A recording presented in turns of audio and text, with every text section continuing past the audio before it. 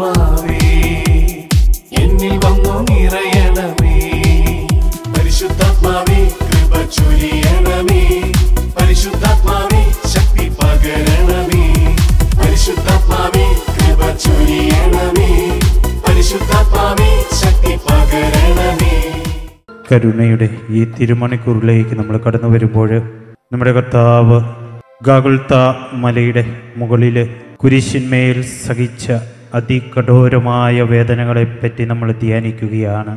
ഈശോ സഹിച്ച ഓരോ വേദനയിലൂടെയും ഈശോ ചിന്തിയ തിരുരക്തത്തിലൂടെയുമാണ് നമുക്ക് രക്ഷ കൈവന്നിരിക്കുന്നത്. നമ്മുടെ ജീവിതത്തിലുണ്ടാവുന്ന ഓരോ സഹനങ്ങളും കർത്താവിൻ്റെ വിശുദ്ധ കുരിശിലെ സഹനത്തോട് ചേർത്ത് വയ്ക്കുമ്പോൾ അത് നമുക്ക് രക്ഷയായിട്ട് മാറുകയാണ്. എൻ്റെ ഈശോയുടെ പീഡാസഹനത്തെപ്പറ്റി ചിന്തിച്ചുകൊണ്ട് ഈ തിരുമണിക്കൂറിലായിരിക്കുമ്പോൾ നമ്മുടെ ഓരോ സഹനങ്ങളും വേദനകളും മുറിവുകളും കുറവുകളും ദുർബലതകളുമെല്ലാം കർത്താവിന് സമർപ്പിച്ച് പ്രാർത്ഥിക്കാം. കുരിശിലെ വിശുദ്ധ ബലിയിലൂടെ കർത്താവ് നമുക്ക് വേണ്ടി സ്വർഗത്തിൻ്റെ കവാടങ്ങൾ തുറന്നിട്ടിരിക്കുകയാണ്. നമ്മെ രക്ഷിക്കുവാനായിട്ട് പീഡകൾ ഏറ്റുവാങ്ങിയവനെ ഇന്നും വിശുദ്ധ കുർബാനയിലൂടെ നമ്മളെ വിശുദ്ധീകരിച്ചുകൊണ്ട് നവീകരിച്ചുകൊണ്ട് നമ്മുടെ ജീവിതം എന്നും അവനോട് ചേർത്ത് വച്ചുകൊണ്ട് നമ്മെ സ്നേഹിക്കുന്ന കരുണ ഓരോ നിമിഷങ്ങളിലും നമ്മളിലേക്ക് ഒഴുക്കിക്കൊണ്ടിരിക്കുന്ന ദിവ്യകാരുണ്യത്തെ നമുക്ക് കരങ്ങൾ ഉയർത്തി സ്തുതിച്ച് ആരാധിക്കാം. ഹല്ലേലൂയ. ഈശോയെ നന്ദി. ആരാധന ആരാധന ആരാധന. Hallelujah hallelujah hallelujah. ഈശോയെ നന്ദി. ആരാധന ആരാധന ആരാധന. Hallelujah hallelujah hallelujah. ഈശോയെ നന്ദി. ആരാധന ആരാധന ആരാധന. Hallelujah hallelujah. ഈശോയെ നന്ദി. ആരാധന ആരാധന. Hallelujah hallelujah. ഈശോയെ നന്ദി. ഈശോയെ ആരാധന. ഈശോയെ സ്തുതി. Hallelujah hallelujah. ഈശോയെ നന്ദി. ആരാധന. ഹല്ലേലൂയ. പ്രിയമുള്ളവരെ, ഈശോ സഹിച്ച ഓരോ സഹനവും സ്വർഗീയ കവാടങ്ങൾ നമുക്ക് വേണ്ടി തുറന്നിടുവാൻ വേണ്ടിയായിരുന്നു, നമുക്ക് രക്ഷ നൽകുവാൻ വേണ്ടിയായിരുന്നു. നമ്മളും ജീവിതത്തിൽ സഹനങ്ങൾ ഏറ്റുവാങ്ങുമ്പോൾ, സഹനത്തിലൂടെ ഈശോയെ സ്നേഹിക്കുമ്പോൾ, നമ്മുടെ സഹനങ്ങൾ കുരിശിലെ ഈശോയുടെ സഹനത്തോട് ചേർത്ത് വയ്ക്കുമ്പോഴാണ് നമുക്കും രക്ഷ കൈവരുന്നത്. പലപ്പോഴും പ്രിയമുള്ളവരെ, സഹനങ്ങൾ നമ്മുടെ ജീവിതത്തിലേക്ക് കടന്നു വരുമ്പോൾ ദൈവം എന്നെ കൈവിട്ടോ എന്ന വലിയ ചിന്ത നമ്മുടെ ജീവിതത്തിലേക്ക് കടന്നു വരാറുണ്ട്. ദൈവം എൻ്റെ സഹനങ്ങൾ കാണുന്നില്ലേ? ഞാൻ എന്ത് പാപം ചെയ്തിട്ടാണ് ഇത്രമാത്രം ഞാൻ സഹിക്കേണ്ടി വരിക? പ്രിയമുള്ളവരെ, പാപം ചെയ്തതുകൊണ്ടല്ല സഹനങ്ങൾ ഉണ്ടാവുന്നത്. അങ്ങനെയായിരുന്നെങ്കിൽ ഈശോ വിശുദ്ധ കുരിശിൽ സഹിച്ചത് അവൻ പാപം ചെയ്തതുകൊണ്ടാണോ? പ്രവാചകന്മാർക്ക് സഹനങ്ങൾ ഉണ്ടായിട്ടുണ്ട്. അതൊന്നും അവർ ചെയ്ത പാപം മൂലമായിരുന്നില്ല. പഴയ നിയമത്തിൽ ജോബ് എന്ന ഒരു മനുഷ്യനെ നാം കാണുന്നുണ്ട്. അവൻ നീതിമാനായിരുന്നു, വിശുദ്ധിയിൽ ജീവിച്ചവനായിരുന്നു. അവൻ്റെ ജീവിതത്തിലും വലിയ സഹനങ്ങൾ അവൻ ഏറ്റെടുക്കേണ്ടി വന്നു. പുതിയ നിയമത്തിലേക്ക് കടന്നു വരുമ്പോൾ ആദിമ ക്രൈസ്തവ സഭയിൽ വിശുദ്ധ പൗലോസ്ലീഹ വലിയ സഹനങ്ങൾക്ക് പാത്രമായി തീർന്നു. എന്നാൽ അവൻ സഹിച്ചത് അവൻ്റെ പാപം മൂലമായിരുന്നില്ല. അപ്പോസ്തലന്മാരുടെ ജീവിതത്തിലേക്ക് കടന്നു വരുമ്പോൾ നമുക്ക് കാണുവാനായിട്ട് സാധിക്കും, അവരൊക്കെ സഹിക്കേണ്ടി വന്നത് അവരുടെ പാപങ്ങൾ മൂലമായിരുന്നില്ല. സ്നാപക യോഹന്നാൻ ശിരസ്ഛേദനം നടത്തപ്പെട്ടത് അവൻ്റെ പാപം മൂലമായിരുന്നില്ല. വിശുദ്ധരുടെ ജീവിതത്തിലേക്ക് കടന്നു വരുമ്പോൾ അവരൊക്കെ ഒരുപാട് സഹിച്ച് ജീവിതത്തിലൂടെ ക്രിസ്തുവിന് സാക്ഷികളായി തീർന്നവരാണ്. അവരുടെയൊക്കെ ജീവിതത്തിൽ അവർ വലിയ വലിയ പാപങ്ങൾ ചെയ്തതുകൊണ്ടൊന്നുമല്ല അവരിങ്ങനെ സഹിക്കേണ്ടതായിട്ട് വന്നത്. നമ്മുടെ സഹനങ്ങൾ പാപത്തിൻ്റെ പരിണത ഫലങ്ങളല്ല. ഒരുപക്ഷെ പാപം മൂലം വേദനകൾ നമ്മളിലേക്ക് കടന്നു വരാം. എന്നാൽ അനുതാപത്തിലൂടെയും പ്രായശ്ചിത്തത്തിലൂടെയുമെല്ലാം അത് ദൈവീകമാക്കുവാനായിട്ട് നമുക്ക് സാധിക്കും. സഹനം ദൈവത്തിൻ്റെ ശിക്ഷയല്ല, സ്വർഗത്തിലേക്കുള്ള നമ്മുടെ ജീവിതത്തിൻ്റെ ശുദ്ധീകരണമാണ്. സഹനങ്ങൾ നമ്മുടെ ജീവിതത്തിലേക്ക് കടന്നു വരുമ്പോൾ പലപ്പോഴും നമ്മളിലേക്ക് വലിയ ഭയങ്ങൾ കടന്നു വരാം. രോഗഭയം, മരണഭയം. പ്രിയമുള്ളവരെ, ഒരു കാര്യം നമ്മൾ മനസ്സിലാക്കണം, ദൈവം എൻ്റെ കൂടെയുണ്ട്. ദൈവത്തിൻ്റെ സാന്നിധ്യം എന്നും എന്നെ നയിച്ചുകൊണ്ടിരിക്കുന്നു. എൻ്റെ ദൈവം അവനെല്ലാം അറിയുന്നു. താങ്ങാൻ പറ്റാത്ത ഒരു സഹനവും അവനെനിക്ക് തരുന്നില്ല. നമ്മുടെയൊക്കെ ജീവിതത്തിലേക്ക് സഹനങ്ങൾ കടന്നു വരുമ്പോൾ പലപ്പോഴും നമ്മുടെ ജീവിതത്തിൽ സ്നേഹം തന്നെ വറ്റിപ്പോകുന്ന അവസ്ഥകളുണ്ടാവാം. ആരും എന്നെ സ്നേഹിക്കുന്നില്ല, ആരെയും എനിക്ക് സ്നേഹിക്കുവാനായിട്ടും പറ്റുന്നില്ല. എൻ്റെ ഹൃദയം തന്നെ അടഞ്ഞു പോകുന്നു. എന്നിലേക്ക് കോപം, അരിശമൊക്കെ കടന്നു വരുന്നു. നമ്മൾ മറ്റുള്ളവരിൽ നിന്ന് അകന്നു പോകുന്നതായ അനുഭവങ്ങൾ, സഹനങ്ങൾ കടന്നു വരുമ്പോൾ നമുക്കുണ്ടാവാം. ആരും എന്നെ ശ്രദ്ധിക്കുന്നില്ല, ആരും എന്നെ പരിഗണിക്കുന്നില്ല, ആരും എന്നെ സ്നേഹിക്കുന്നില്ല, ആർക്കും എന്നെ വേണ്ട, ഞാൻ തഴയപ്പെടുന്നു.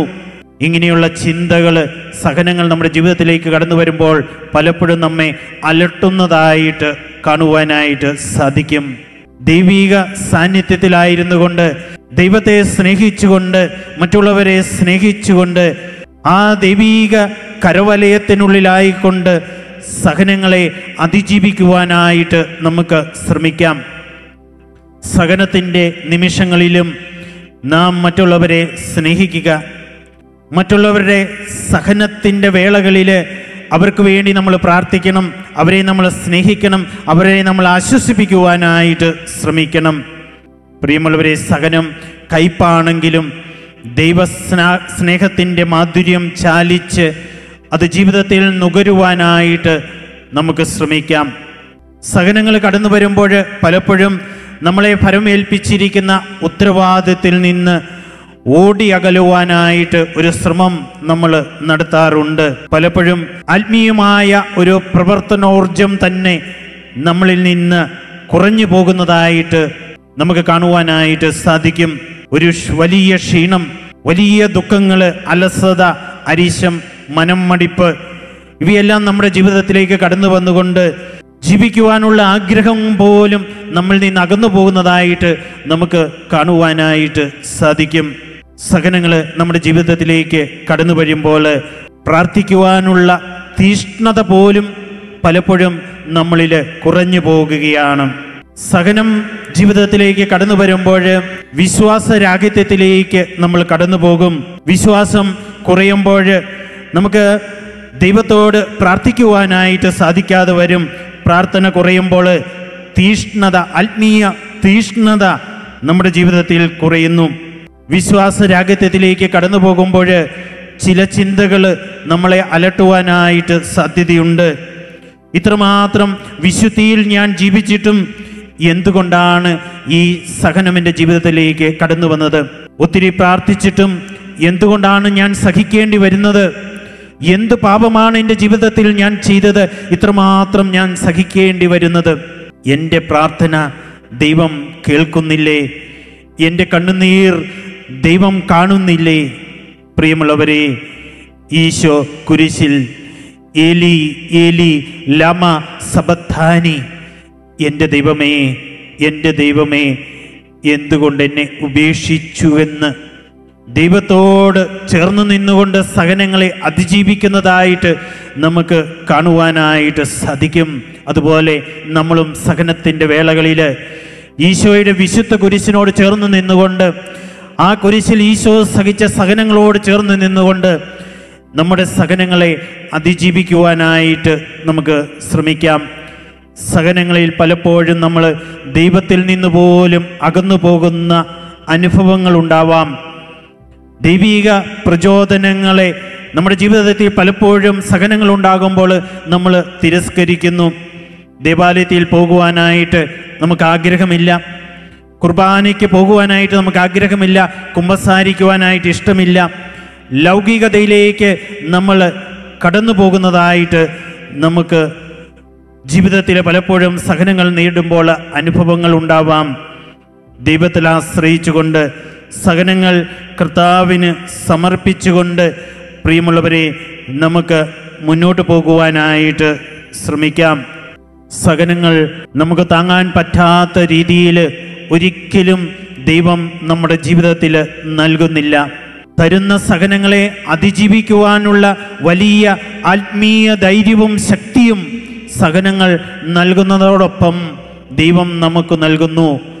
ആ ആത്മീയ ധൈര്യവും ശക്തിയുമെല്ലാം നമുക്ക് വേണമെങ്കിൽ കർത്താവിൻ്റെ കുരിശിനോട് ചേർന്ന് നിന്നുകൊണ്ട്, കർത്താവിൻ്റെ പീഡാസഹനങ്ങളോട് ചേർന്ന് നിന്നുകൊണ്ട് നമ്മൾ സഹിക്കണം. പ്രിയമുള്ളവരെ, നമ്മുടെ ജീവിതത്തിൽ സഹനം ഒരു വിളിയാണ്. വിശുദ്ധ അമ്മ ത്രേസ്യ പറയുന്നു, പ്രത്യേകം തിരഞ്ഞെടുത്തവർക്ക് മാത്രമാണ് ഈശോ സഹനങ്ങൾ നൽകുന്നത്. വിശുദ്ധ ഫൗസ്റ്റീന പറയുന്ന ഒരു കാര്യമുണ്ട്, ഞാൻ സഹനത്തെ സ്നേഹിക്കുവാൻ തുടങ്ങിയ നിമിഷം മുതൽ അതെനിക്ക് സഹനമല്ലാതായി തീർന്നു. അത് എൻ്റെ ഈശോയെ സ്നേഹിക്കുവാനുള്ള ഒരു വഴിയായിട്ട് എൻ്റെ ജീവിതത്തിൽ മാറി എന്ന്. സഹനങ്ങൾ നമുക്ക് ഈശോയ്ക്ക് സമർപ്പിക്കാം. നമ്മുടെ ജീവിതത്തിൽ നമ്മൾ നേടുന്ന ഓരോ സഹനവും നമുക്ക് കർത്താവിന് സമർപ്പിച്ചുകൊണ്ട്, നമ്മുടെ രോഗങ്ങളാവാം, നമ്മുടെ തിക്താനുഭവങ്ങളാവാം, തിരസ്കരണാനുഭവങ്ങളാവാം, നമ്മുടെ കുറ്റബോധങ്ങളാവാം, നമ്മുടെ മുറിവുകളാവാം, നമ്മുടെ വേദനകളാവാം, ആരുമെന്നെ സ്നേഹിക്കാനില്ല എന്ന ചിന്തകളാവാം, മറ്റുള്ളവരിൽ നിന്നും അകന്നു പോകുന്ന അനുഭവങ്ങളാവാം. പ്രിയമുള്ളവരെ, എല്ലാ വേദനകളും തിരസ്കരണാനുഭവങ്ങളും വിശുദ്ധമായ കുരിശിലെ സഹനത്തോട് ചേർത്ത് വെച്ചുകൊണ്ട് കർത്താവിൽ നിന്ന് വലിയ അഭിഷേകവും കൃപയും നേടിക്കൊണ്ട് നമുക്ക് ഈ ദിവ്യകാരുണ്യത്തിൽ ആശ്രയിച്ചുകൊണ്ട് ഈ സഹനത്തിൻ്റെ തിരുമണിക്കൂറിൽ നമ്മുടെ സഹനങ്ങൾ കർത്താവിൻ്റെ സഹനത്തോട് ചേർത്ത് വെച്ചുകൊണ്ട് കർത്താവിൻ്റെ കരുണയ്ക്ക് വേണ്ടി പ്രാർത്ഥിക്കാം. കർത്താവിൻ്റെ കരുണയിൽ നമുക്ക് ആശ്രയിക്കാം. കരുണാമയനായ കർത്താവ് വിശുദ്ധ കുരിശിൽ നിന്ന് ചിന്തിയ തിരുരക്തം കൊണ്ട് നമ്മളെ കഴുകി അഭിഷേകം ചെയ്ത് സഹനങ്ങളെ ഏറ്റെടുക്കുവാൻ, സഹനമെന്നെ വിശുദ്ധീകരിക്കുവാനുള്ള മാർഗമാണെന്ന് മനസ്സിലാക്കുവാൻ, സഹനത്തിലൂടെ സഹിച്ച് മരിച്ച് എന്നെ രക്ഷിച്ച എൻ്റെ കർത്താവിനോട് ചേർന്നിരിക്കുവാനുള്ള ഒരു അവസരമാണെന്ന് മനസ്സിലാക്കിക്കൊണ്ട് സഹനങ്ങളെ നമുക്ക് ഹൃദയത്തോട് ചേർത്ത് വെച്ചുകൊണ്ട് സ്വയം വിശുദ്ധീകരിക്കാം. ഈ നിമിഷങ്ങളിൽ പ്രത്യേകമായിട്ട് കർത്താവിൻ്റെ കരുണ വർഷിക്കുന്ന സമയമാണ്.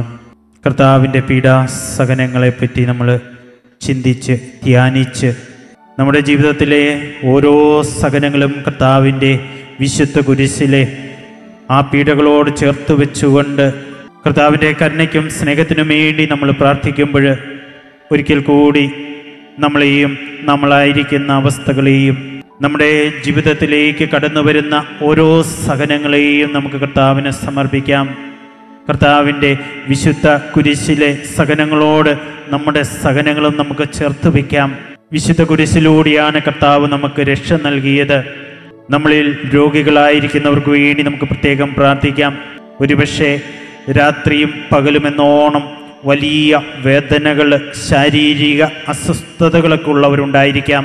അവർക്കൊക്കെ വേണ്ടി നമുക്ക് പ്രാർത്ഥിക്കാം. ജീവിതത്തിൽ വഴിമുട്ടി നിൽക്കുന്ന അവസ്ഥകളുണ്ടാവാം. കർത്താവെ കനിയണമേന്ന് ഹൃദയം നൊന്ത് ജീവിതത്തിൽ ഏറ്റുവാങ്ങുന്ന വേദനകളും മുറിവുകളും ഒക്കെ കർത്താവിന് സമർപ്പിച്ച് പ്രാർത്ഥിക്കുന്നവരുണ്ടാകാം. അവരെല്ലാം ഈ വിശുദ്ധ കുർബാനയുടെ അഭിഷേകത്തോട് ചേർത്ത് വെച്ചുകൊണ്ട് നമുക്ക് പ്രാർത്ഥിക്കാം. കരുണ സൗഖ്യമായി, സ്നേഹമായി, ഐക്യമായി, വലിയ ദൈവീക അഭിഷേകമായിട്ട് അവരുടെ ജീവിതത്തിലേക്ക് കടന്നു വരട്ടെ നമുക്ക് പ്രാർത്ഥിക്കാം. സമാപന ആശീർവാദത്തിനായിട്ട് നമുക്കൊരുങ്ങാം.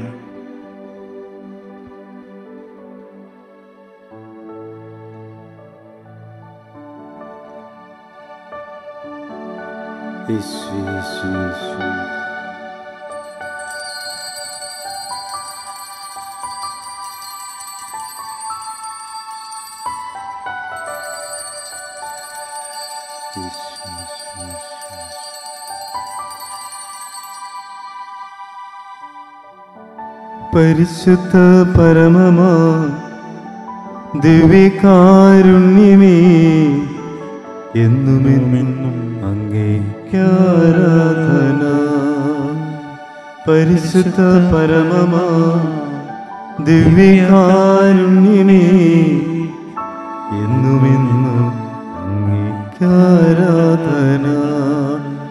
പരിശുദ്ധ പരമമാ ദിവ്യകാരുണ്യമേ, എന്നുമെന്നും അങ്ങേക്കാരാധന.